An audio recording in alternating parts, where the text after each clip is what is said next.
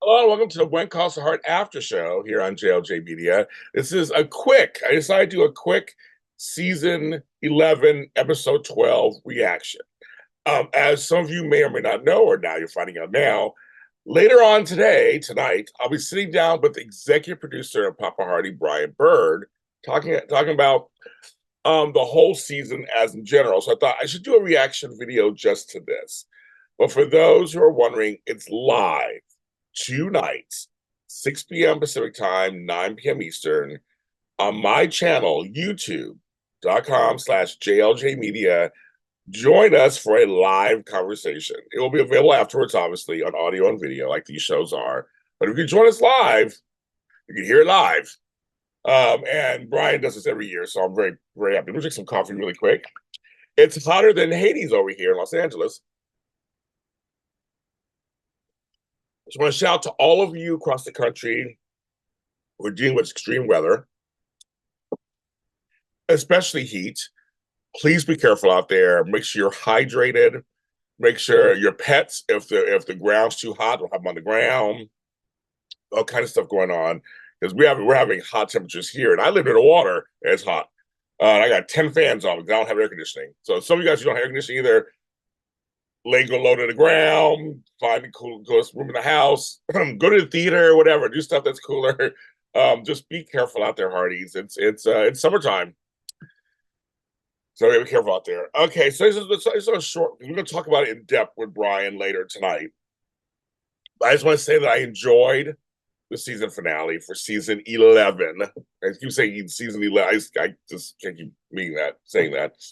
It was good. Nice romantic episode. Very cool. With a couple of little surprises in there. Nothing major went on. That was fine.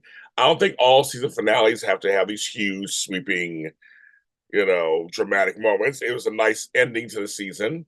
For me, it was just so wonderful to have Miss Fiona back, Miss Kayla. I've already said earlier this season I miss her, and having her back just for the episode, which made complete sense. She was the best woman, which made me laugh. You're like, it's 20s. I was my friend Michelle's best. I was her man of honor, we called it. I was her man of honor. I stood up next to her. So I actually have that experience. It was the reverse at her wedding after her husband. So I have the reverse. So I know what that feels like. But it totally makes sense. In fact, she's going to suffragettes. Makes sense. All that makes sense. And I'll tell you something. There's a new musical out called Suffs of the suffragette movement. If you're curious, it's on Broadway right now, but the cast recording's out there, and I'm sure it'll tour the country. I saw on the Tonys, and the music was really good. And my brother knows one of the actresses in it. So, but it's called Suffs, and it's out there, and just a little side note on that. But what Fiona, of course, is involved in totally makes sense. It's true to the character. She had asked Homegirl to go with her, and Faith was like, and I thought, wait a minute, is Faith leaving? Like her and Lily gonna move to Tennessee? And turns out, obviously, not that I'm going to do that. But I think because she found her purpose, she found basically her daughter, so to speak. She has a child she's taking care of now. Well, I love that. But having Kayla back, it was such a wonder as Fiona. It was such a wonderful. Because I miss her. I totally miss her. She's such a forward-thinking, modern woman for that time period that I enjoy so much. She gave a great counterpoint to some of the other women. But we're in a town full of strong women, so it's all good, right? There was that the little moments they sprinkled in, which were natural, with the girls talking about teaching schools and Angela bringing up the school for the blind, where they're teaching the other impaired kids. And I thought it was so interesting that Minnie's reaction was true to being some mother's reaction. She's not ready for her baby to go somewhere else. It's weird they start talking about going away. I know, it's so funny. It's one of those natural. I mean, I've been through it. Clearly, I have two daughters that are grown. I've been through it. And now we get the granddaughter, and like she hasn't left home yet, but she's growing, going to college. Like I say, it's this weird thing. Like we know it's part of it. You work towards you work if you're a good parent. You work towards your kids be independent at some point, and you're always trying to prepare them, fill them with stuff, try to stay good, good education, the whole thing. But when it gets to 17, 16, 17, 18, it's a little weird. You gotta go, wait a minute. Oh, you going nowhere? Where are you going? It's really funny. And that's the dichotomy of being a parent, right? My girls are always my girls. They're always my girls. I don't care. They're in their 30s and they're still my girls. I mean, that's kind of how it works. And I never really fully got that until they got older. Then I started catching, like, now I get why we us parents will see our kids a certain way. Can't help it. It's how it is. It's how it is. So that was kind of interesting about Angela being independent, showing her independent. Um, what was another small thing in there? Well, we got Lucas, and now we have the whole side story of now it's going to be a wildlife park. So that should be very interesting to see how they go through that. And Lucas asking Lee to come with him to Capital City, and it was funny. Her and were like, "What?" It was like that's interesting developed for next season. And so that was good also. I'm trying to think what I went. I'm saving some stuff for later because I want to make sure I want to touch everything I can. I was going to the wedding itself.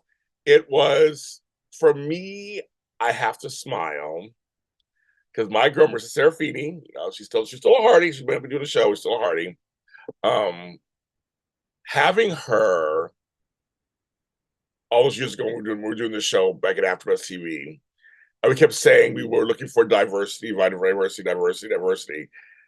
To like 7 seasons, 8 seasons later, how many seasons later, to see this Chinese style, it wasn't full, but Chinese style wedding with a Black preacher officiating the ceremony. And it was just, the whole room was just so diverse that I loved it. For me, as a person of color who comes from both cultures, Chinese and Black culture, it was just like, wow. And myself, I don't have it over here. I have to post it online. I was in my godparents' wedding, Chinese Japanese wedding, and I was a ring bearer back in 1976. I have a famous picture out there, but I thought I had to see my next week, but it's over there somewhere. I'll have to show it. But I was in it. I was in a wedding, and so I know all the different traditions and things, and the cake was beautiful. Whoever designed that cake in real life, beautiful cake. Getting her brother there, great. Having Maisie there was hilarious. But it was just for me, it was such a beautiful, multicultural, multiracial wedding in a town that celebrates everybody now. I can actually say this town celebrates everybody. And when Fiona came back, we were reminded she's the one who got them together. Fiona was a good friend to Meisu. So I was just like, this at all. It is for me. Maybe other parties of color just made us very happy. I don't know, maybe it made us very happy. I just never thought I'd see that. And I'm very happy to see the show is growing and evolving and showing all that, and that just makes me very happy. At a time when I have other shows I watch, but I don't see that at all. This show does it without huge fanfare, without huge anything. It's just a part and a fabric of the show. Kudos to the show for that. I love that. It was great, but it was just a wonderful, beautiful ceremony. Who knew it would be Hickam was the one we'd be like rooting for 10 seasons later, right? Who knew? So that was great. Also, we'll get to the last part. I'm trying to say, we'll get to the last part in a second. Okay, so Nathan and Elizabeth are together. So now they're together. You can tell they are together. Before I get to that, that's all you want to do. Rosemary and Bill made up. That was funny also. Again, we've never guessed my favorite duo, though these two.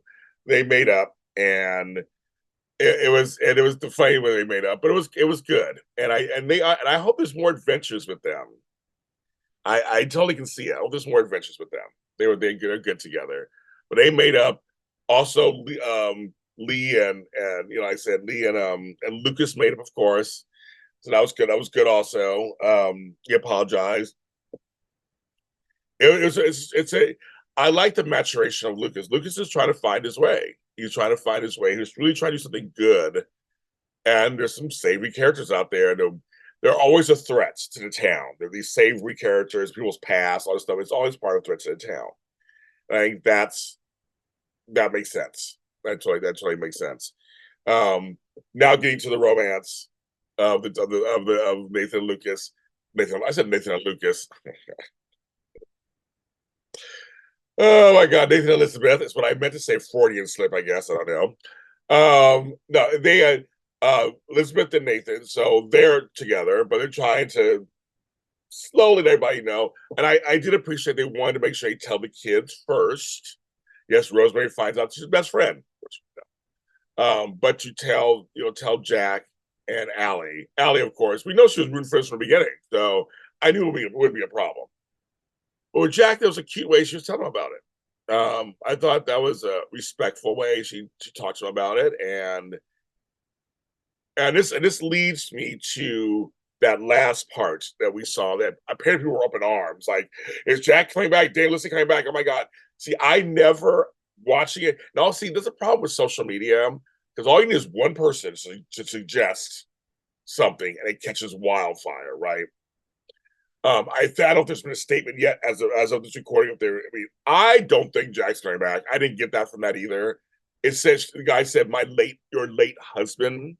So I mean, there's probably a bombshell being dropped of some sort, and that's for next season.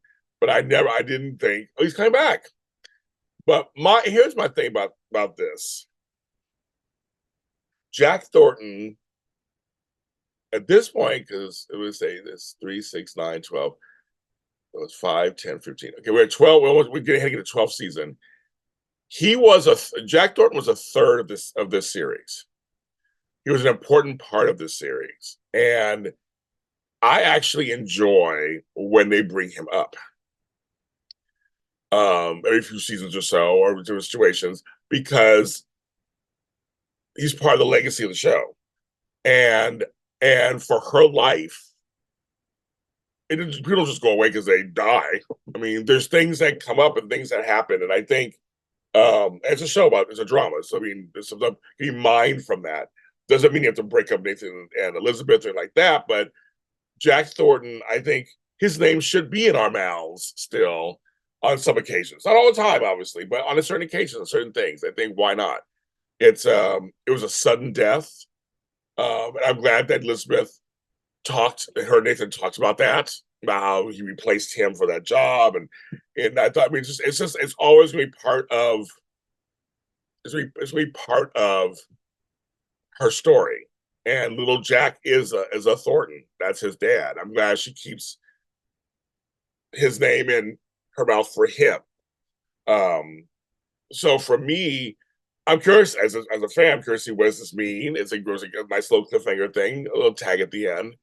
But I didn't see it as Jack or Dan Lissy coming back. Now I know Dan Lissy and Aaron have their movie coming out, because he did the premiere for that. That's coming out in Christmas, which will be fun to watch. I can't wait to watch that. And chances are I'll probably watch it and do a review of that because it's kind of related to this, kind of. Playing different characters. But I always think that Jack Thornton's legacy should be mentioned every once in a while. It should not be forgotten. He's part of the show, even though the character's not on the show anymore. By bringing his brother to town this season, which I'll talk about with Brian Bird and all that stuff, he's part of the show. He's a fabric part of the show. And I think that every once in a while, including him is not a bad thing. And doesn't mean that Nathan and Elizabeth have to break up again or anything like that. I don't think it's just something that's coming up. And I also am glad that Elizabeth talked to Lucas, say I'm going to the wedding with Nathan. And I'm glad she said that.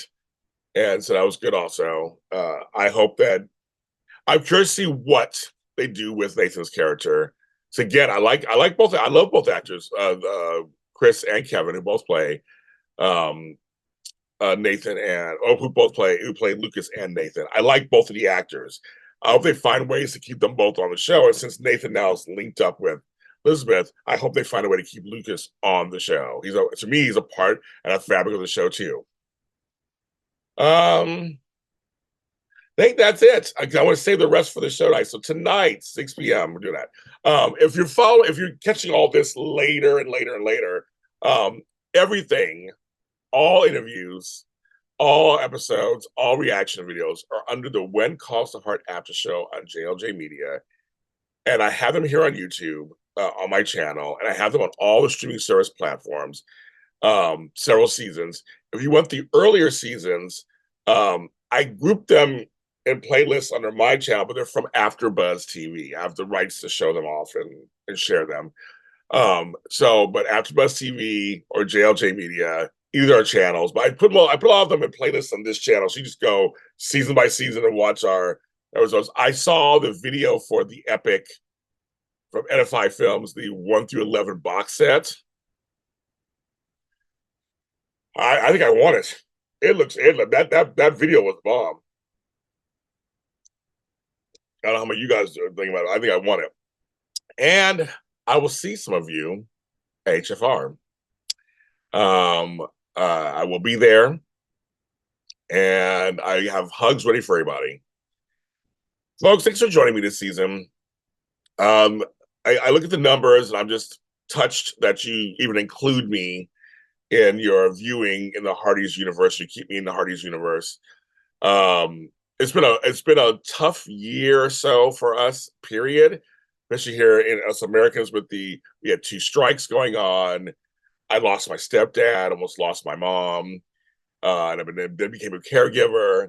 Then try to come back when the strikes are over and try to get, it's been a lot going on. And I appreciate each and every one of you for the kind comments, the conversations, just saying how much you look forward to my reviews. I see all the comments, trust me. I try to get to all of them I can, but I do see them. And I'm looking forward to season 12. I am. So I'll see many of you guys tonight on the live show. But if I don't, take care, Hearties, and see you next season.